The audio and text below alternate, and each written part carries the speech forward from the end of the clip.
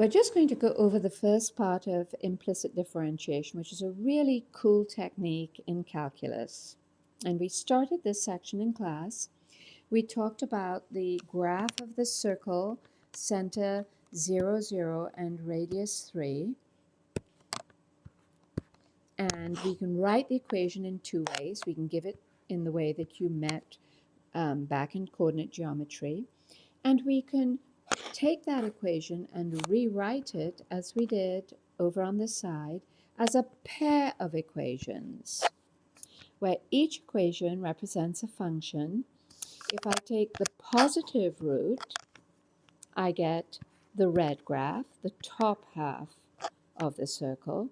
If I take the negative root, I get all the y's that are negative of my circle, and that would be represented by the bottom half of the circle. Okay, and that's where we were. And then we started to talk about wanting to find the slope of the tangent to the circle at the point 2, negative root 5. And I asked you in class to mark on the circle with coordinates positive 2, but a y-coordinate of negative root 5. And you did indeed do that. Everybody marked it on. And you marked it on, and we noticed actually that point lies on the bottom half of the circle. So if I want the slope at that point, I need to use the equation that has a negative in it. So I'm going to start working with the equation y equals negative square root of 9 minus x squared. And I need to differentiate that because I want the slope at the point 2, negative root 5. Now, if you look at this function that we've got here, it has an inside and an outside function. The outside function is going to be the square root, and the inside function is a 9 minus x squared. So when I differentiate, I have to use the chain rule. Now, when we did this in class, we quickly discussed the fact that we had a starburst result, that if you differentiate root x, it's 1 over 2 root x, and we commented that was compatible with our power rule with an exponent of a half. We haven't actually fully justified extending the power rule to fractional exponents, but we will soon. So I'm actually going to do this using the starburst result. Let's differentiate y. First of all, we notice there's a negative in front. It's like a negative 1, a constant multiply. It goes in front. And then the outside function, the square root of something, my starburst says that's going to be 1 over 2 times the square root of, and remember we keep the inside function unchanged. Then I have to multiply by the derivative of my inside function, 9 minus x squared, and that derivative is negative 2x. And so let's have a little look. What's that going to do? I get the negative times negative is a positive 2x over 2 times the square root of 9 minus x squared.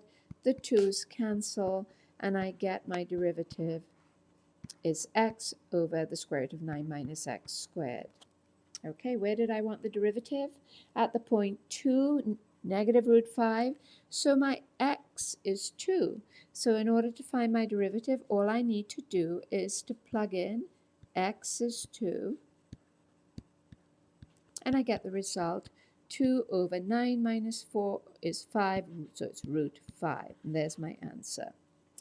However, we're now going to do exactly the same problem using a different technique called implicit differentiation, which is a very cool technique and extremely useful. It is useful because sometimes there are functions where we actually cannot easily rewrite it.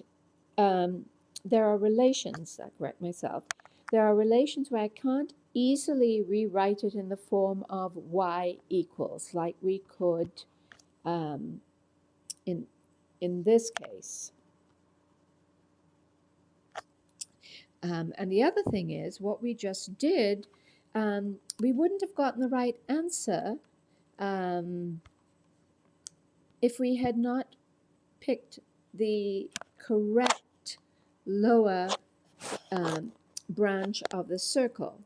We wouldn't have had that negative in front, and so my final answer without that negative at the beginning would end up being actually negative, because the two negatives gave me a positive.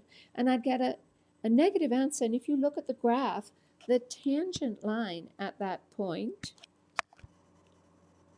clearly has got a positive slope. So the slope of the curve itself has to have a positive slope at that point. Okay, let's now have a look at implicit differentiation. Okay, I'm going to take my equation, x squared plus y squared equals 9, and I'm going to regard y as an inner function. And so I'm going to put it in parentheses because that's a good strategy. So I've got, what I do is I've got x squared plus y squared is equal to 9. That means the derivative of the left-hand side with respect to x should equal the derivative of the right-hand side, the 9, with respect to x. So let's differentiate both sides of my equation with respect to x.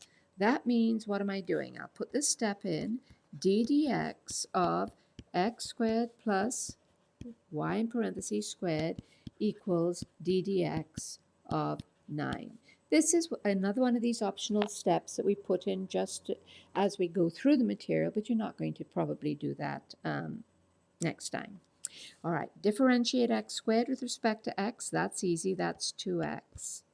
Then when we come to y squared, remembering we're differentiating with respect to x, so we have a outside function of 2 squaring and an inside of y. Let's deal with the outside function, the squaring, first. So it's going to be 2, keep the inside unchanged to the 1th power, or just 1. Then I have to multiply by the derivative of the inside function. And quite literally, the derivative of y with respect to x is simply just that. It's dy over dx, so derivative of y with respect to x. Then the right-hand side, the derivative of 9 with respect to x is 0. Let's solve for dy dx. 2y dy dx is equal to negative 2x. Therefore, dy dx is equal to negative 2x over 2y. Dy dx is equal to 2's cancel, negative x over y. Notice I actually now have my derivative in terms of both x and y. No problems. Remember what we were doing. We were trying to find the derivative at the point 2 comma negative root 5. And we use this notation over here in the callout. Dy dx evaluated at the point 2 comma root 5 means I take my formula for the derivative and I simply plug in x is 2, y is negative root 5. X is 2, y is negative root 5. The negatives cancel and I get 2 over root 5, the exact same answer I got before. All right, once you get the hang of this, you will find it a really cool technique. So let's try a couple of quick examples. I've got x cubed plus y cubed is 18xy. Find what dy dx is. I'm going to write it down. I'm going to put y in parentheses. So it's 18x, and I've got a y here again in parentheses. I'm going to differentiate the left-hand side with respect to x, which means differentiate x cubed with respect to x. It's the same old 3x squared. Plus, now I treat y as an inside function and the cube as the outside function. Let's do the outside function first, keeping the inside unchanged. So I get 3y squared, and then I multiply by the derivative of the inside function. Now the right-hand side is a little bit interesting. It is in fact a product, okay? It's a product of three factors, 18, x, and y. Remember though, 18 is a constant multiplier. So when we have a constant multiplier, that's easy. It's 18 times, and I'm going to write this in this form, the derivative of x times y. Another one of these lines that we put in for emphasis in our notes, but actually don't usually bother with once we get the hang of things. So here is my left-hand side again. And so 18 is multiplying the derivative of the product, this is my product, of x times y. And it's going to be a product rule, so I know the product rule says the first times the derivative of the second plus the second times the derivative of the first. And all of that is multiplied by 18, so I'm going to put big square brackets to put the result of my product rule. So let's use a product rule. The first function is x. The derivative of the second with respect, remember it's with respect to x, is literally dy dx, plus the second times the derivative of the first, and the derivative of the first is your x, and the derivative of that is 1. So let's have a look. Let's see what we have. We have 3x squared plus 3y squared dy dx equals, let's distribute that 18. Okay, now I want to solve this. What did they ask me to do? It said solve for dy dx, right? Find dy dx.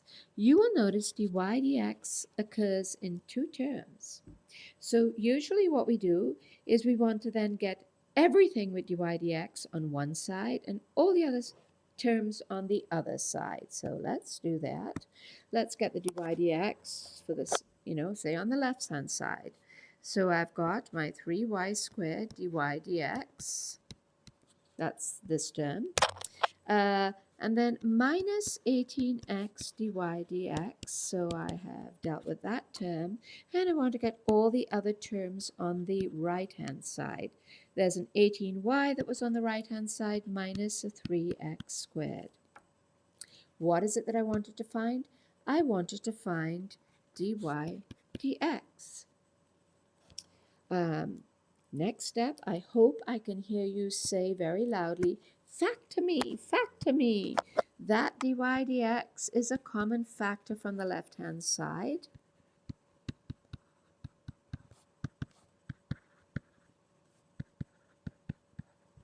And I finally finish up, not quite, my dy dx is going to be divide both sides by my 3y squared minus 18x.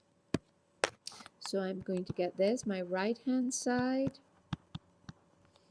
and I'm going to divide both sides by my 3y squared minus 18x. There's one more little improvement I can make to this expression. There is a common factor in the numerator of 3, and there is a common factor in the denominator of 3, and I can cancel by a complete common factor, and I've got my final answer. Dy dx is equal to 6y minus x squared over y squared minus 6x. Notice once again, I have an expression for my slope in terms of both x and y of the, and you would plug in both the x and the y coordinates of the point where you're trying to find the slope. So let's just quickly summarize what we did when we use implicit differentiation. We differentiated both sides of the equation with respect to x. Then what did we do? We got all terms with dy dx, or if I'm using y prime, on one side. Then we factored out my dy dx and solved for it. So shall we have a go with one more quick example? Let's try and be quick. find dy dx, and I've now got this relation. All right? And then find the slope at 4, 3, and 4, -1. So let's have a go. I've got my equation. I've got two things are equal. I'm going to differentiate both sides of the equation with respect to x. If you look on the left-hand side, I've got an inside and an outside function. Do the outside function first. 2 times, keep the inside function unchanged, and the power becomes 1.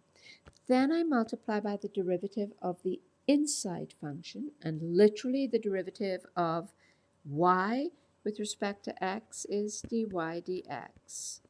And then the derivative of, minus differentiate 1, I get 0.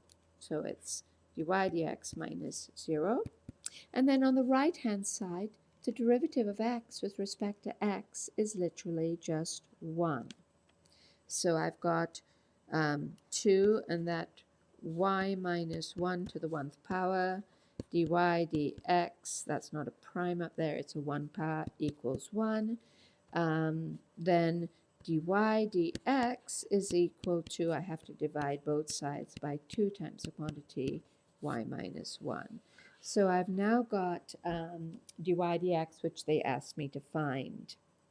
Now they want me to find the slope at 4, 3. dy dx at the point 4, 3 means I plug in x is 4, but you know what? There isn't an x there, so I don't worry about that. I just plug in y is 3. So it is 1 over 2 times 3 minus 1, and that is 1/4. And now oops, that was a good trick. Dy dx at the point 4, -1.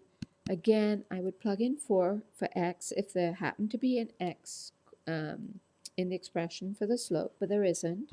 So it's 1 over 2, and the y coordinate is -1.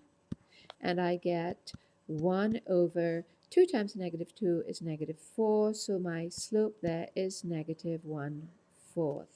Just to show what this graph looks like, this is actually the sideways parabola, okay?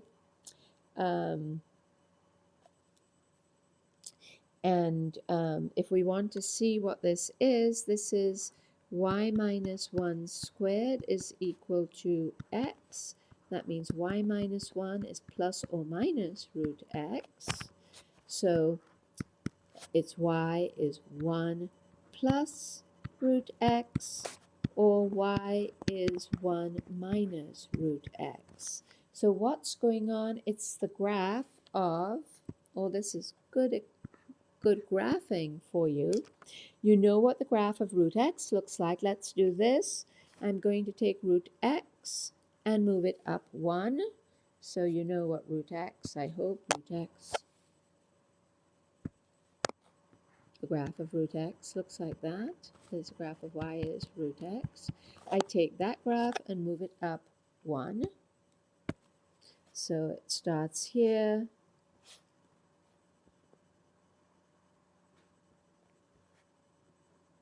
And there's the top half of that graph. I'm going to get a sideways parabola, as I said.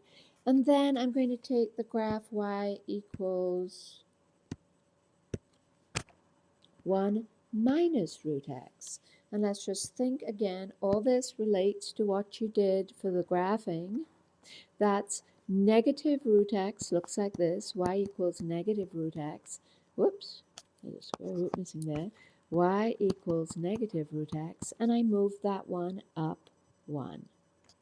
So it's going to look like that. This is the bottom half of my graph.